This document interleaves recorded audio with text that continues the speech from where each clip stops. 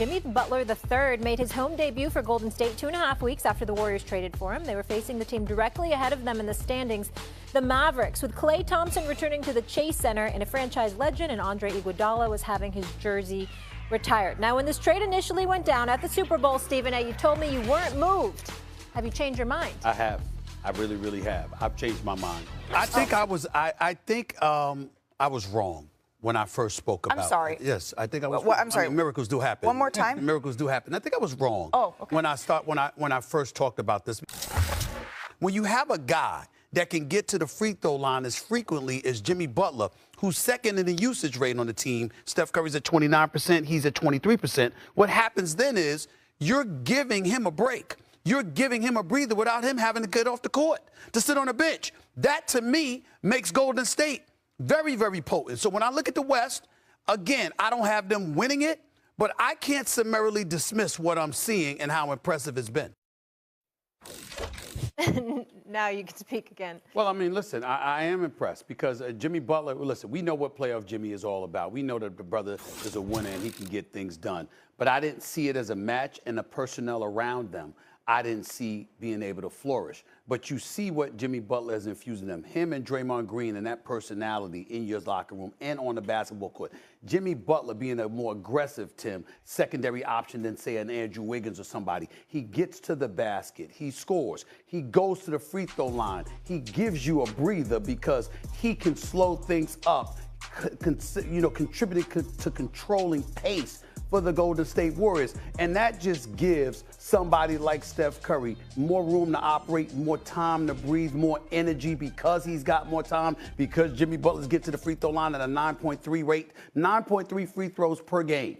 That's sixth in the NBA since he's arrived in Golden State. Do I think that's enough to overcome the OKCs of the world? No. But what I'm saying is, because of how explosive Steph Curry can be, because you got these other cats that can shoot, because you got a guy like him that can score, and they're both smart and savvy, and obviously defensively with Butler and Draymond and others, they could make it interesting and possibly knock somebody off that we're expecting to make noise. I love your point about what Jimmy Butler getting to the free throw line does for Steph Curry resting, because from the time the whistle blows to a guy goes to the foul line and actually that process takes place, those free throws are made, and then the ball's on the other end of the floor, a lot of times that's 60 to 90 seconds in real time. Yes. Steph Curry is not, that could have been 3 or 4 more trips of missed or made shots where he is now able to rest. And I think that's a great point. And it's such a subtle thing, but it matters a lot to Steph Curry, who can get worn down at times.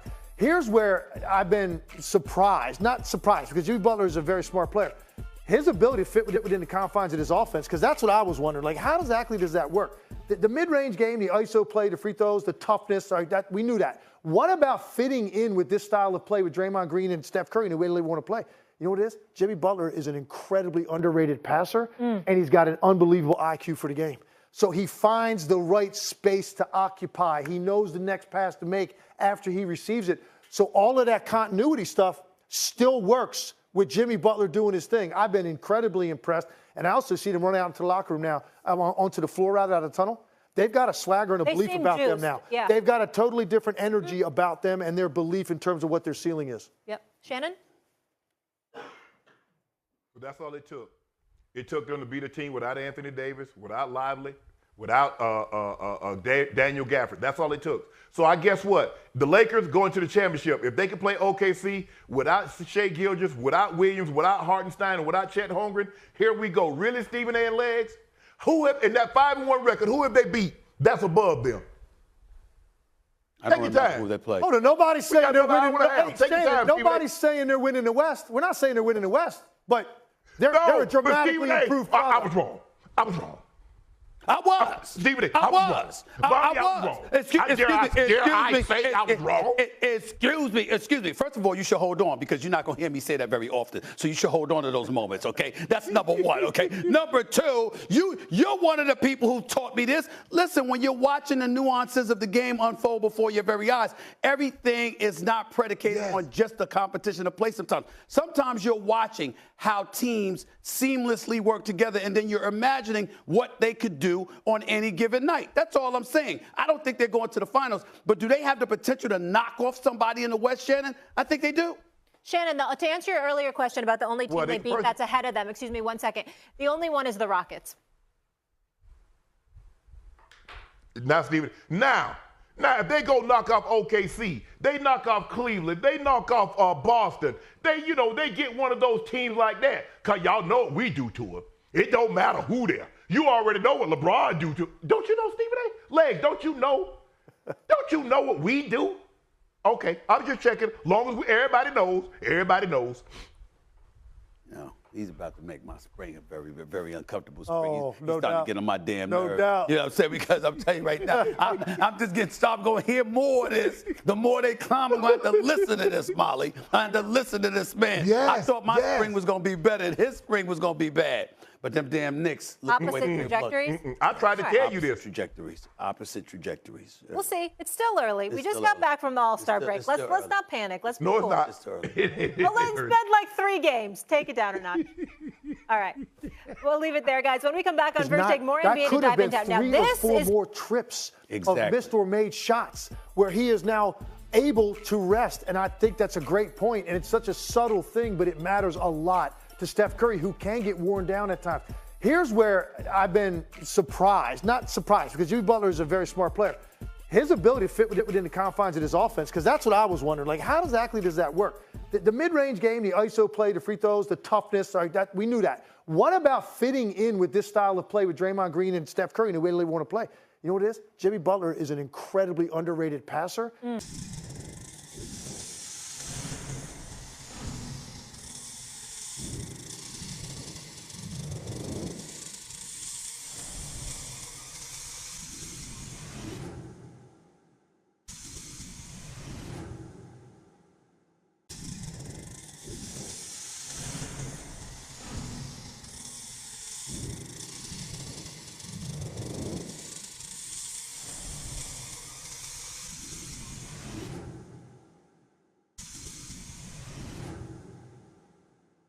Jimmy Butler III made his much-anticipated home debut for the Golden State Warriors 2.5 weeks after the blockbuster trade that brought him to the Bay Area. The stakes couldn't have been higher. The Warriors were facing the Dallas Mavericks, the team directly ahead of them in the standings. Adding to the emotional weight of the night, franchise legend Klay Thompson was making his return to Chase Center, while Andre Iguodala was being honored with a jersey retirement ceremony. The atmosphere was electric, the energy unmistakable, and all eyes were on Butler to see how he would impact this new-look Warriors squad. When the trade first went down during Super Bowl weekend, there were skeptics. Even Stephen A. Smith himself initially dismissed it as a move that wouldn't significantly alter the Warriors' trajectory. But now, after watching Butler in action, he's had a change of heart. "I was wrong," he admitted. "Miracles do happen. I didn't see it at first, but now it's clear. Butler brings an entirely new dimension to this team. His ability to get to the free throw line consistently, second in usage rate on the team behind Steph Curry, provides Golden State with a critical advantage.